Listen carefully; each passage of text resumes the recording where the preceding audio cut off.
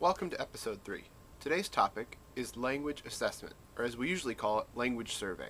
This ties in well with last week's topic, where I discussed how hard it can be to tell where one language begins and another one ends.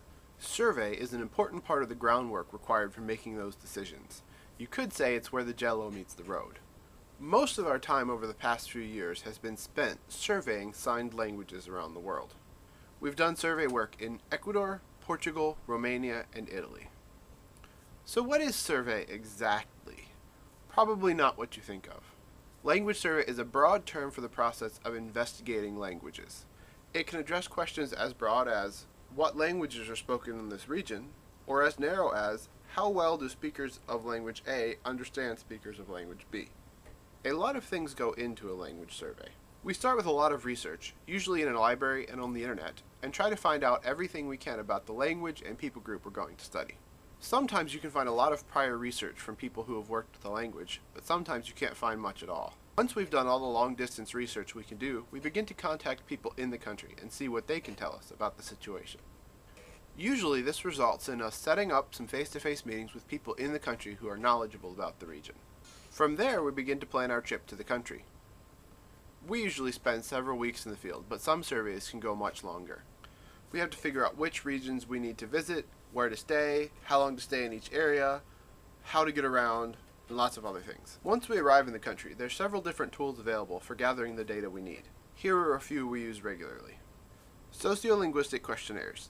This tool is used to gather information on population, attitudes, and to get a general idea of the language situation in a country. It includes questions like, do deaf parents sign with their hearing children? And rank the most important qualities of a deaf leader. The answers to these questions help us understand what the people who use a language think about it. Another tool we use are word lists. Like I mentioned in the last episode, one way of evaluating two different language varieties is by collecting vocabulary words from each language and comparing them. It's rarely that simple, but this can give us a useful baseline of how different two languages really are. When surveying a signed language, we show participants a list of pictures and ask them what sign they use for each item. We then compare each person's list of words with every other list, which gives a rough idea of where a language might vary. A third tool is called dialect network analysis. As I mentioned in the last episode, how people think about language doesn't always match up with the objective tools we use. The goal of this tool is to measure how much people think their language varies from region to region. We hand out a stack of cards with the names of cities or regions and ask participants to sort the regions into groups where everyone uses the same language.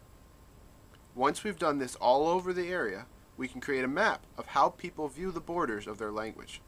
If that map conflicts with the other tools, it helps us figure out what the difference is. So why is language survey done?